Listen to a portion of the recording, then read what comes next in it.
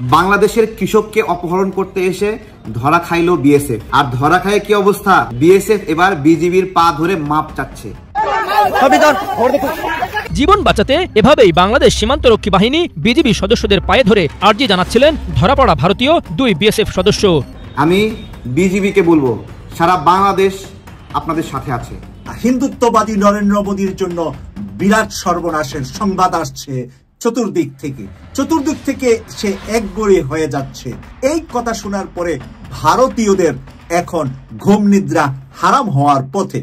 গণবিক্ষোভের মুখে বাসভবন ছেড়ে পালিয়েছেন প্রেসিডেন্টের ভবনে ঢুকে পড়েছে বিক্ষুব্ধ জনতা। ছাত্ররা 2টা জিনিস পারে না এখন পর্যন্ত, সরি 2টা না 3টা জিনিস পারে না, কিন্তু মূল একটা জিনিস পেরেছে। মাহমুদুর রহমান সাহেবের দৃষ্টি আকর্ষণ করে বলছি, ছাত্ররা একটা জিনিস পেরেছে, বাকিগুলো আমার আপনার সবার দায়িত্ব। কি জিনিস পেরেছে? সরকারি বাসভবন ছেড়ে পালিয়েছেন প্রেসিডেন্ট। আজ বিক্ষোভকারীর প্রেসিডেন্টের পদত্যাগ দাবিতে তার বাসভবনের দিকে এগোতে থাকলে নিরাপত্তা রক্ষীরাও আটকে রাখতে পারেননি তাদের। নতুন রাষ্ট্রপতির বিষয়ে আপনাদেরকে শুভ সংবাদ শোনাবো। যদিও আমার কাছে অলরেডি নামের কিছু তালিকা এসেছে এবং তালিকার মধ্যে শীর্ষস্থানে যিনি আছেন তার নাম শুনলে আপনারা সবাই পছন্দ করবেন। শেষ পর্যন্ত মুফতি হারুন ইজহার সাহেব কি জামাত শিবিরের কাছে ক্ষমা চাইলো? হ্যাঁ, হারুন ইজহারের একটা বক্তব্য এসেছে, একটা ফোন আলাপ। সাবেক অবৈধ আইনমন্ত্রী আনিসুল হককে গতকালকের আদালত চত্বরে সাধারণ জনগণ ধাওয়া দিয়েছে। সেই ধাওয়ায় তিনি দৌড় দিয়েছে এবং দৌড়ে তিনি পালিয়ে প্রিজন ভ্যানে ওঠার চেষ্টা করে। আসসালামু আলাইকুম প্রিয় দর্শক বন্ধুরা, নতুন একটা ভিডিওতে জানাচ্ছি আপনাদের স্বাগত। নিয়মিত পাওয়া তাজা এবং গরম খবর। আজকের এই ভিডিওটি কেমন হতে চলেছে, কতটা গুরুত্বপূর্ণ, ভিডিওর অংশ বিশেষ এবং থাম্বনেল দেখে আপনারা ইতিমধ্যে বুঝে গেছেন কেমন হবে আজকের এই ভিডিওটি। বিশেষ করে বাংলাদেশের মানুষের জন্য আজকের এই ভিডিওটি খুবই গুরুত্বপূর্ণ। আমি আশা রাখবো সম্পূর্ণ ভিডিওটি দেখে যাবেন, একটু স্কিপ করবেন না। আজকের এই ভিডিওটি সম্পূর্ণ দেখলে অনেক কিছু জানতে পারবেন এবং বুঝতে পারবেন। আমি আর বেশি কথা বলবো না, সরাসরি আপনাদের বিস্তারিত ভিডিওতে নিয়ে যাবো। তার আগে একটা রিকোয়েস্ট করবো আপনাদের কাছে, যারা এরকম ভিডিও দেখতে পছন্দ করেন এই চ্যানেলটি সাবস্ক্রাইব করে পাশে থাকা বেল আইকনটি বাজিয়ে রাখবেন। ইতিমধ্যে যারা এই চ্যানেলটি সাবস্ক্রাইব করে দিয়েছেন তাদের জানাচ্ছি অসংখ্য ধন্যবাদ। চলুন এই ভিডিওতে লাইক করে দিয়ে আমরা বিস্তারিত ভিডিওগুলো মোবাইলের স্ক্রিন থেকে যারা বাইকভাবে একের পর এক দেখে আসি। হিন্দুত্ববাদী নরেন্দ্র মোদীর জন্য বিরাট সর্বনাশের সংবাদ আসছে চতুর্দিক থেকে সে একগড়ি হয়ে যাচ্ছে। চীনের পরপর এখন তুরস্ক গিয়ে দাঁড়িয়েছে পাকিস্তানের পাশে। সর্বোচ্চ তুরস্কের অত্যাধুনিক যুদ্ধ বিমান পাঠিয়ে দিয়েছে পাকিস্তানে। এর মাঝে চীন তার চিরশত্রু ভারতকে সাহায্য করার সুযোগ পেয়েছে পাকিস্তানের মাধ্যমে, কারণ পাকিস্তান যুদ্ধ রাখবে ভারতের সাথে আর চীন সাহায্য করবে পাকিস্তানকে। এতে করে চীন আন্তর্জাতিক অঙ্গনে থাকবে দুধের দোয়া তুলসী পাতা হয়ে। কারণ চীন তো যুদ্ধ করছে না, কিন্তু চীন কাজটা যে করবে সেটা হলো পাকিস্তান দিয়ে কাশ্মীর এবং পাঞ্জাব স্বাধীনতার ঘোষণা অলরেডি দেওয়ার জন্য প্রস্তুতি নিয়েছে। পাঞ্জাবের মধ্যে শিখ নেতা ঘোষণা দিয়েছে তারা পাকিস্তানের পক্ষে থাকবে এই যুদ্ধে। তারা সাথে সাথে পাঞ্জাবকে স্বাধীন দেশ ঘোষণা দেওয়ার জন্য চূড়ান্ত প্রস্তুতিতে আছে। কাশ্মীর স্বাধীনতা অর্জন করবে এই পাকিস্তানের সাথে যদি ভারত যুদ্ধে লেগে যা, তাহলে পরে আর বাকি কি থাকলো? বাকি থাকলো ভুটান আর বাংলাদেশ। শুধুমাত্র 2 কিলো আর 4 কিলো করে সামনে হাঁটলেই চিকেন নেক ব্লক করে দিবে 7 সিস্টার, আলাদা হয়ে যাবে ভারত থেকে।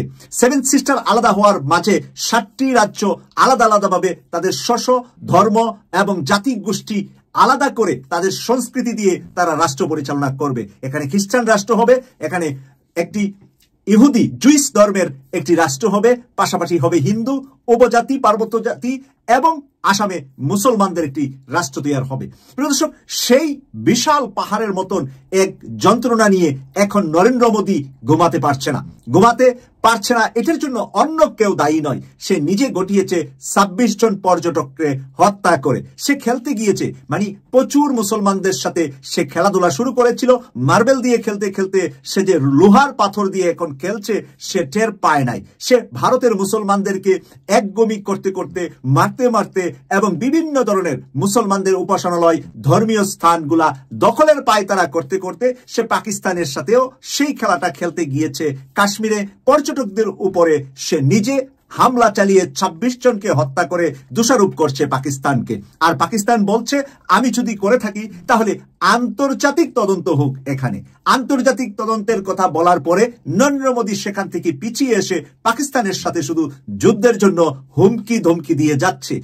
চায়না সর্বোচ্চ অস্ত্র এবং গোলাবারুদ যেই ধরনের সাহায্য অত্যাধুনিক আমেরিকা থেকে একটি নিউজ এসেছে যে আমেরিকা বলছে চায়না যেই মিসাইলগুলা এখন পাকিস্তানকে দিচ্ছে সেগুলাকে প্রতিহত করার মতন কোনো ধরনের সামর্থ্য ভারত রাখে না।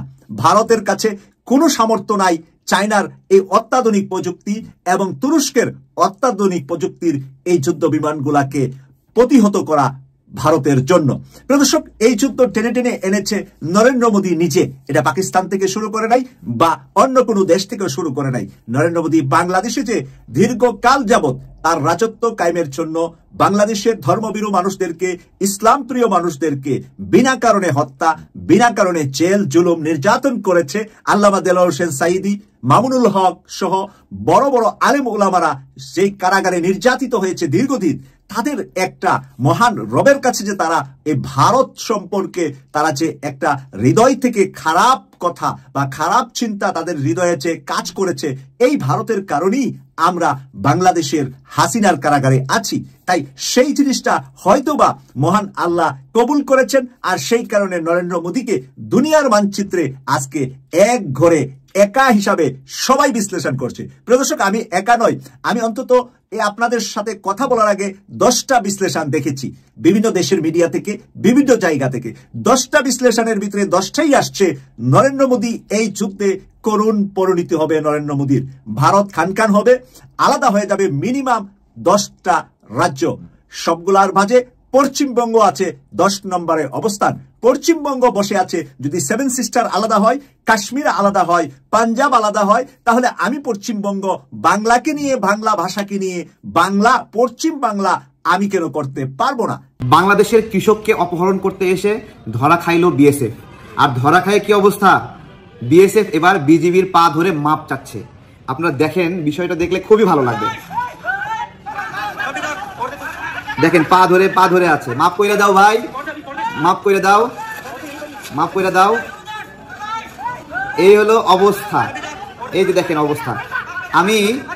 আমাদের ওষুধ কাজে লাগছে, ওষুধ কাজে লাগছে। আমরা বলেছিলাম সমস্যাটা কোথায়, সমস্যা কোথায়?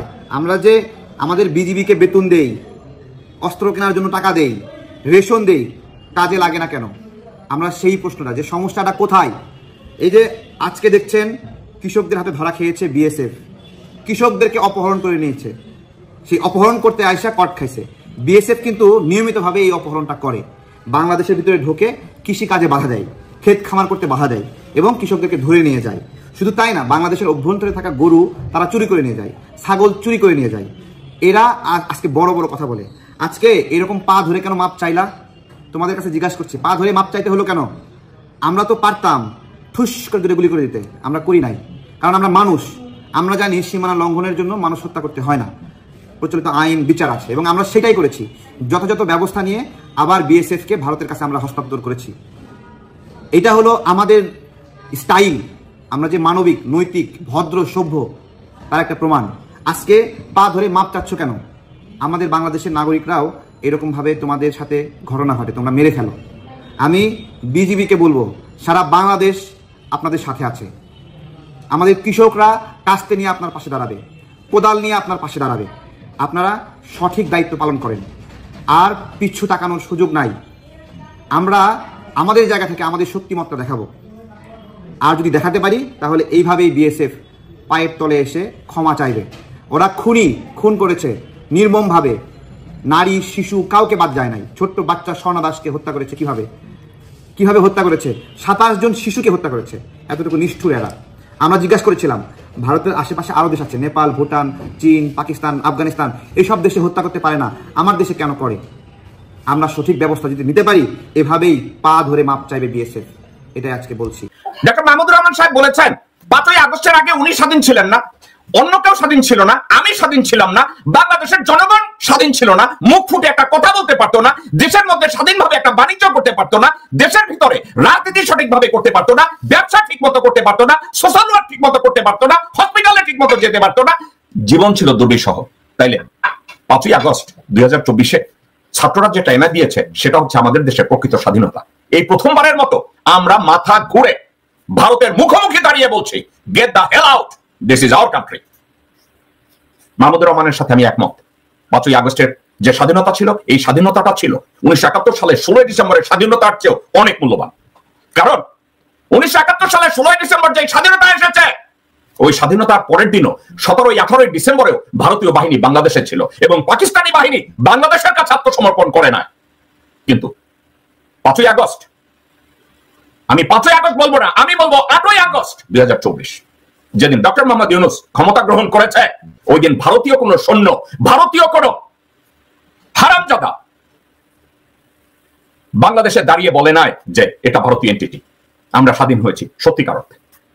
মাহমুদুর রহমানের কথার সাথে সুর মিলিয়ে আরেকটা কথা আমি বলতে চাই, ছাত্ররা পারে নাই একটা জায়গায়। আমি মাহমুদুর রহমানের সাথে সুর মিলিয়ে আমি কথাটাকে ডিফারেন্ট ওয়েতে যদি আমি ইন্টারপ্রেট করি যে ছাত্ররা পারে নাই, ছাত্ররা দুইটা জিনিস পারে নাই এখন পর্যন্ত, সরি দুইটা না, তিনটা জিনিস পারে নাই, কিন্তু মূল একটা জিনিস পেরেছে। মাহমুদুর রহমান সাহেবের দৃষ্টি আকর্ষণ করে বলছি, ছাত্ররা একটা জিনিস পেরেছে, বাকিগুলো আমার আপনার সবার দায়িত্ব। কি জিনিস পেরেছে? ভারত ওয়াকারের মাধ্যমে, টুপ্পুর মাধ্যমে চেয়েছিল আসিফ নজরুলকে সরকার প্রধান করতে। ছাত্ররা এই বিপ্লবের পরে রাজনৈতিক প্রস্টিটিউটদের, ভারতীয় প্রস্টিটিউটদের সরিয়ে তারা বাংলাদেশে ডক্টর মোহাম্মদ ইউনূসের মতো একজন মহামানবকে তত্ত্বাবধায়ক সরকারের প্রধান বানিয়েছে, অন্তর্বর্তীকালীন সরকারের প্রধান বানিয়েছে। মূল কাজটা তারা করেছে। এখন আপনি যেগুলোর ব্যর্থতার কথা বলেছেন, আমি আপনার সাথে একমত মাহমুদুর রহমান সাহেব। ওই একই দিনে যদি 3 বাহিনীর প্রধানকে পদচ্যুত করা হতো, চুপ্পুকে যদি বঙ্গভবন থেকে সরানো হতো, সংবিধানকে যদি ডিসপোজ করা হতো, তাইলে আজকের আমরা যে স্ট্রাগলটা করছি, এই স্ট্রাগলটা আমাদের মধ্যে আর থাকতো না। এখন সমস্যা হচ্ছে বাংলাদেশের রাজনৈতিক দলের ভিতরে এতদিন আমি মনে করতাম শুধু আওয়ামী লীগই ভারতীয় রাজনৈতিক দল, কিন্তু আমি তো আর জানতাম না যে বিএনপি বিজেপি হয়ে গেছে। আমি তো এটা জানতাম না। কেন জানতাম না? আপনারা দর্শকবৃন্দ, আপনারা প্রায় শুনতেন হাসিনা বলতো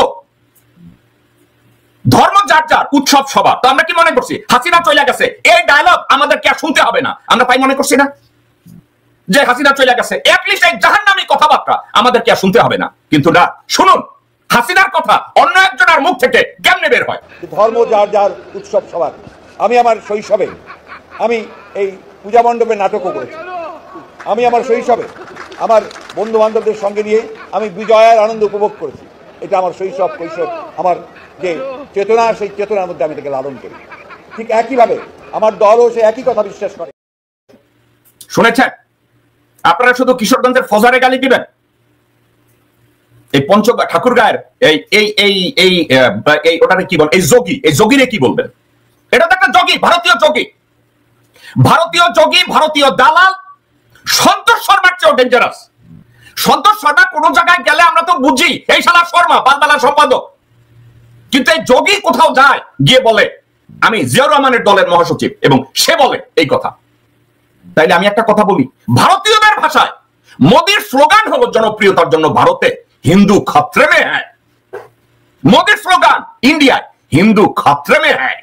আর এই গাবুরের কথা শুনে আমার মনে হয় বিএনপি খতরে মে হ্যায়, বেগম জিয়া খতরে মে হ্যায়, তারেক জিয়া খতরে মে হ্যায়।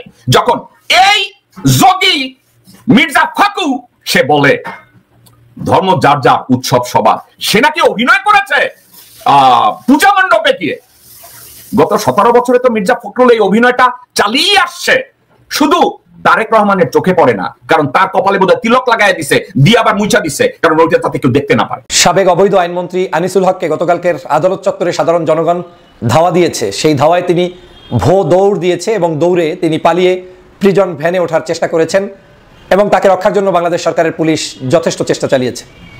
দেখে মনে হতে পারে একজন সাবেক এত বড় বিখ্যাত বীর দর্পে যারা বাংলাদেশের বিভিন্ন কাজ পরিচালনা করেছেন, সেরকম একজন সম্মানিত মন্ত্রীর এই দশা কেন? অনেকের কাছে এটা ভিন্নভাবে মনে হতে পারে যে তাহলে তারা বিচার বিভাগের ওইখানেও কি নিরাপদে থাকতে পারবে না, আদতে তারা কতটুকু নিরাপত্তাহীনতায় ভুগছে, বিভিন্ন আলোচনা সমালোচনা হতেই পারে। কিন্তু আপনি তার গতকালকের ভিডিওটিতে দেখেছেন যে এই সেই আনিসুল হক যিনি দৌড় দিয়েছে জনগণের সামনে থেকে রক্ষা পাওয়ার জন্য। এই ব্যক্তি 5ই আগস্টের পূর্বে বাংলাদেশের জনগণের বিরুদ্ধে কি কি কাজ করেছে, এবং আপনি যদি আওয়ামী লীগের 16 বছরের ইতিহাস দেখেন তখন বুঝবেন যে আনিসুল হকের দৌড়টা আসলে কতটা তাৎপর্যপূর্ণ এবং কতটা মর্তবাময়। নিশ্চয়ই আপনাদের মনে আছে বাংলাদেশের আমার দেশ পত্রিকার সম্পাদক মজলুম সাংবাদিক জনাব মাহমুদুর রহমান স্যারের কথা। তিনি যখন কুষ্টিয়ার আদালত চত্বরে গিয়েছিলেন, সরাসরি ছাত্রলীগ তার উপরে আক্রমণ করেছে এমনভাবে যে তাকে রক্তাক্ত করেছে, এবং একজন সাংবাদিককে সেই রক্তাক্ত অবস্থায় কেউ উদ্ধার করতে আসে নাই। আপনাদের নিশ্চয়ই মনে আছে যে বিগত দিনে যত মামলার আসামি থাকতো, যেমন আল্লামা দেলোয়ার হোসেন সাইদি সাহেব থেকে শুরু করে আলেম ওলামা যারাই ছিল, প্রত্যেককে যখন হাজির করা হতো তখন কিছু টোকাই ভাড়া করে আনতো আওয়ামী লীগ, এবং ভাড়া করা টোকাই দিয়ে তাদেরকে অপমান অপদস্থ করার চেষ্টা করত।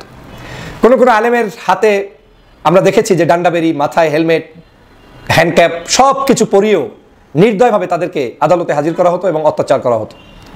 সেই সকল দিনগুলো যখন চোখের সামনে ভাসে, তখন এই আনিসুল হকের ভো দৌড় এটা আমাকে স্মরণ করিয়ে দেয় যে তিনি হয়তো কোনো একটা স্পোর্টসের ময়দানে ভো দৌড় দিয়েছে।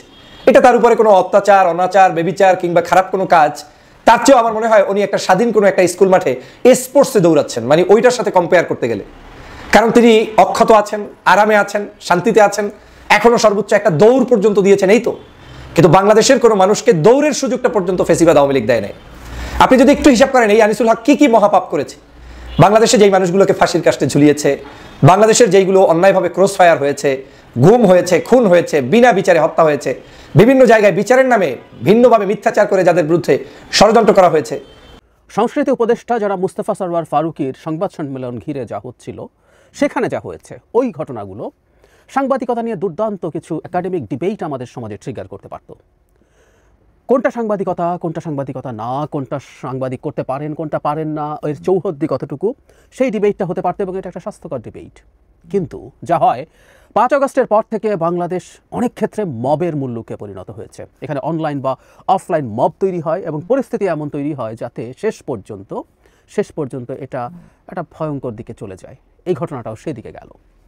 আমরা নিশ্চয় খেয়াল করেছি, জনাব মুস্তাফা সরওয়ার ফারুকীর সংবাদ সম্মেলনে 3 জন সাংবাদিক প্রশ্ন করেছিলেন।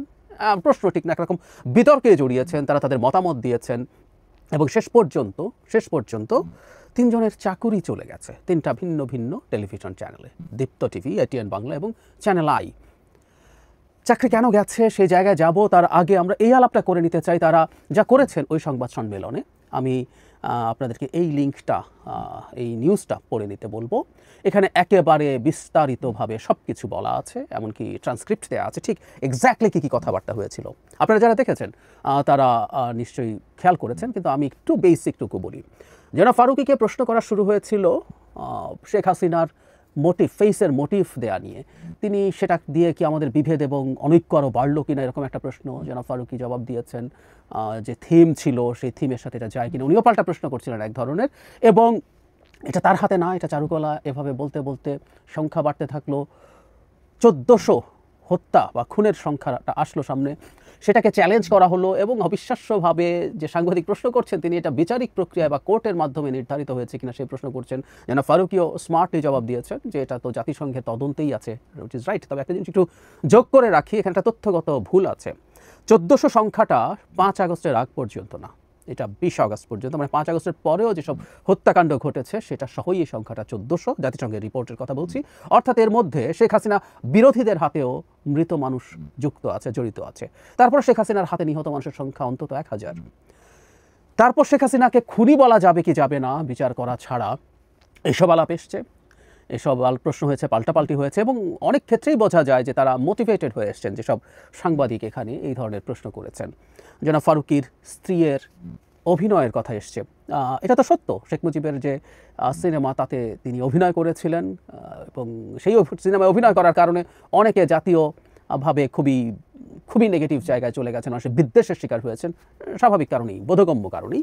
সেই ক্ষেত্রে এটা কেন হবে না, এটা কারো মনে এর আগে থেকে আমি দেখেছি প্রশ্ন আছে। নট অনলি দ্যাট, জনাব ফারুকীর বিভিন্ন সময় শেখ হাসিনা, আওয়ামী লীগ, শেখ মুজিবুর রহমানকে নিয়ে অতি উচ্ছ্বাস, অতি গদগদ স্ট্যাটাসের কথাও লোকজন বলছেন, সামনে আনছেন, এগুলো আমাদের দেখা যাচ্ছে। সেজন্যই কিনা জানি না জনাব ফারুকীকে অনেক বেশি শেখ হাসিনা বিরোধী বা অ্যান্টি ফ্যাসিস্ট তার ভাষায় দেখি আমরা, তার অতীত নিয়ে যেহেতু কিছু প্রশ্ন আছে। হোয়াট এভার, এই সংবাদ সম্মেলন যেটা হলো, সেই সংবাদ সম্মেলনে আমি মনে করি জনাব ফারুকী একজন উপদেষ্টা হিসেবে, মানে এই সরকার বলেই এইরকম একটা স্বাধীনতা আমি বিশ্বাস করি যে সংবাদ মাধ্যম উপভোগ করে, এবং জনাব ফারুকী বেশ ধৈর্যের সাথে ডিবেট করেছেন, তিনি জবাব দেওয়ার চেষ্টা করেছেন তার মতো করে। আমি তারপরেও খুব অবাক হয়ে দেখি একটা চ্যানেল হেডলাইন করেছে উনি নাকি রেগে গেছেন বা মেজাজ হারিয়েছেন, পরিচিত খুবই বিখ্যাত চ্যানেল। আমি ওই ক্লিপটা দেখতে গিয়ে প্রথম দেখি, ওই দেখলাম মোটেও না, তিনি যথেষ্ট ধৈর্যের সাথেই, বাংলাদেশের স্ট্যান্ডার্ডের কথা বলছি, যথেষ্ট ধৈর্যের সাথে তিনি জবাব দিয়েছেন। কিন্তু এরপরে এই ঘটনাগুলো ঘটলো। এটা নিয়ে আমরা ওই আলাপ করতে পারি, ওই ডিবেট করতে পারি, এই প্রশ্ন করার স্বাধীনতা আছে কিনা, অধিকার আছে কিনা, আমি সেই জায়গায় শেষের দিকে আসবো, আমার অপিনিয়ন। কিন্তু এর মাঝে যে ঘটনা ঘটে গেল, 3জন সাংবাদিকের চাকরি গেল। এখন যখন চাউর হয়ে গেল, তখন একটা page July revolutionary alliance JRA নামে একটা ফেসবুক পেজে ওটা দেওয়া হয় এবং 3 সাংবাদিকের পরিচয় দিয়ে ওই পোস্টে বলা হয়, আজকের উপদেষ্টা মোস্তফা সরওয়ার ফারুকের প্রেস কনফারেন্সে যারা ফ্যাসিস্টের পক্ষে কথা বলেছে, এই 3 সাংবাদিকের বিরুদ্ধে 24 ঘন্টার মধ্যে ব্যবস্থা না নিলে march to Deepto TV, channel I এবং ATN বাংলা।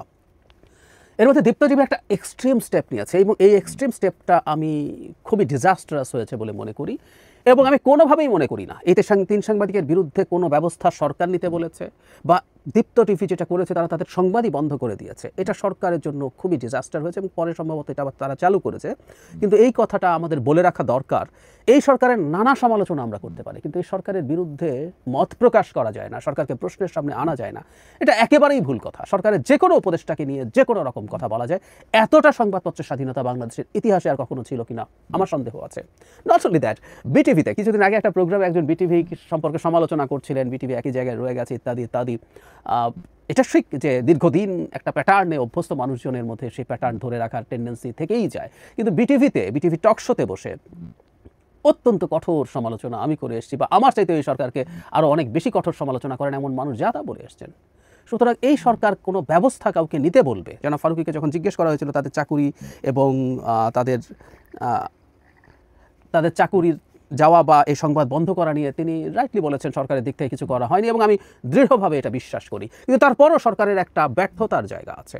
সেই ব্যর্থতাটা হচ্ছে এই যে জুলাই রেভলিউশনারি অ্যালায়েন্সের কথা বলা হলো, তাদের কারণেই আদতে এই ঘটনাগুলো 3 জনের চাকরিচ্যুতি ঘটেছে। এর মধ্যে 3টা টেলিভিশন কর্তৃপক্ষের বক্তব্য বিডি নিউজের এই নিউজটাতেই আছে। সেখানে অনেকের কথা আছে যে দীপ্ত টিভির বার্তা সম্পাদক বলছেন অভ্যন্তরীণ কারণে ব্যবস্থাপনা কর্তৃপক্ষ আপাতত নিউজ অপারেশন বন্ধ রেখেছে। প্রশ্নের কারণে এমন কিনা তখন বলা আছে, চিঠিতে এরকম কিছু বলা হয়নি। কিন্তু ওই যে বলছিলাম ATN বাংলা কিন্তু স্বীকার করেছে, ব্যবস্থা না নিলে আগামীকাল অফিসের দিকে মার্চ কর্মসূচি দেওয়া হয়েছে। প্রতিষ্ঠানের সুনাম এবং সার্বিক দিক বিবেচনা করে আমরা তার বিরুদ্ধে ব্যবস্থা নিয়েছি। এখানে শৃঙ্খলা ভঙ্গের কথা বলা হয়েছে ইত্যাদি ইত্যাদি। চ্যানেল আইতেও একই ধরনের ইঙ্গিত আছে। এটা একটা অভিযোগ হচ্ছে, সেটা আমরা তদন্ত করব, তার আরও ভর্তি দেওয়া হয়েছে। এটা একটা অফিসিয়াল প্রসেস। আমরা ধারণা করতে পারি যে একটা প্রতিষ্ঠান, 3টা প্রতিষ্ঠানে চাকরি যাওয়া 3 সাংবাদিকের এবং সংবাদ বন্ধ করা একটা বাড়াবাড়ি হয়েছে। আমি মনে করি এটা ভুল হয়েছে এবং এটা সরকারের জন্য মানে তারা ইনভলভ না থাকলেও খুবই বদনামের বিষয় অলরেডি হয়ে গেছে। কিন্তু 3 জনের যে চাকরি গেল, এটা মূলত একটা সংগঠনের হুমকির পরিপ্রেক্ষিতে। এই একটা জিনিস আসলে এই সরকার, এটা সরকারের ব্যর্থতাই আমি বলবো। কারণ এই মব তৈরি করে বিভিন্ন জায়গায় বিভিন্ন কিছু করে ফেলতে পারা এই সরকারের ব্যর্থতার কারণে হয়েছে। কারণ এই মবগুলোর বিরুদ্ধে কখনো সরকার কোনো ব্যবস্থা নিতে চায়নি এবং যখন চায়নি তখন এই প্রশ্ন কেউ করতেই পারে যে এগুলোর পেছনে কেউ সরকার আছে। সরকার নিজে এদেরকে চাকরিচ্যুত করাবে না, কিন্তু মব যাচ্ছে, মবের প্রতি তারা চুপচাপ থেকে এটা অ্যালাউ করছে। এসব ইন্টারপ্রিটেশন কেউ করবেন, এটা খুব ইলজিক্যাল ইন্টারপ্রিটেশন হবে না। সুতরাং এই মবের কারণে এই ঘটনাটা ঘটেছে। বাংলাদেশে মব ক্রিয়াশীল, এটাও সরকারের জন্য কোনো ভালো কিছু না। আসছে সেই জায়গায় যে সাংবাদিকরা এই ধরনের প্রশ্ন করতে পারেন কিনা, এটা খুব সাবজেক্টিভ স্ট্যান্ডার্ড। আসলে এগুলো আমরা একমত হব বা হব না। আমি ব্যক্তিগতভাবে এই ধরনের প্রশ্ন এই সময়ে এসে করাকে সঠিক মনে করি না। কিন্তু সাংবাদিকরা কি এসব প্রশ্ন করতে পারেন না? অত্যন্ত সেটেলড ইস্যু নিয়েও কি প্রশ্ন তোলা যায় না? বা এই প্রশ্ন কোনো কিছু কি আসলে খুব সেটেলড? মুক্তিযুদ্ধের ইতিহাস কি খুব সেটেলড? বা এই যে মুক্তিযুদ্ধে শহীদের সংখ্যা নিয়ে একটা ডিবেট আছে, এই ডিবেটের পার্ট আমিও হতে প্রস্তুত আছি। আমি নিজেও আসলে মনে করি না সংখ্যাটা যেটা বলা হয় সেটাই হয়েছে। আমি সিরিয়াসলি মনে করি এখনও শেষ মুহূর্ত, আমরা ওই সময় বেঁচে থাকা মানুষ আছে, হোয়াট এভার ইট ইজ, এটা 30 না 25 না 20 লক্ষ, what ever the number is, আমাদের এখনও বা আরও কম, এটা আমাদের এখনও শেষ সুযোগ আছে। কারণ ওই সময় বেঁচে থাকা মানুষ আছে। গ্রাম ধরে ধরে ধরে ধরে যদি আমরা একটা সার্ভে করি, এই সার্ভেটা আমাদের ইতিহাসে করে রাখা দরকার। কিন্তু এই প্রশ্নটা করা যাবে না বলে বলা হচ্ছিল খানিকটা হলোকস্ট ডিনায়াল যে ল আছে সেটার মতো করে। হলোকস্ট ডিনায়াল একটা অপরাধ। ডিজিটাল সিকিউরিটি অ্যাক্টের 21 ধারায় এরকম মুক্তিযুদ্ধের ইতিহাস, শহীদের সংখ্যা, মানে তারা বঙ্গবন্ধু ইত্যাদি ইত্যাদি কতগুলো ইস্যুতে মানে কেউ যদি বয়ানের বাইরে কথা বলে সেগুলো ক্রিমিনাল অফেন্স হিসেবে চিহ্নিত করা হয়েছিল। আমাদের একটা ডিনায়াল ল ছিল। এখন প্রশ্ন হচ্ছে জুলাই অগাস্ট নিয়ে ওকে আমরা একটা ডিনায়াল ল অফিসিয়ালি আর আনঅফিসিয়ালি করবো কিনা। সংখ্যা নিয়ে কেউ যদি প্রশ্ন তোলেও সেটা যদি ভেস্টেড ইন্টারেস্টেড হয়ে থাকে।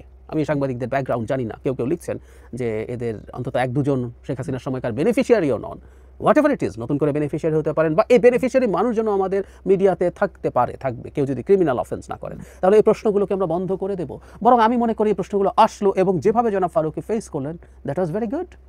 এভাবেই ফেস করা দরকার এবং এই ফেস করার মাধ্যমেই এই প্রশ্নগুলোর মৃত্যু নিশ্চিত করা যায়।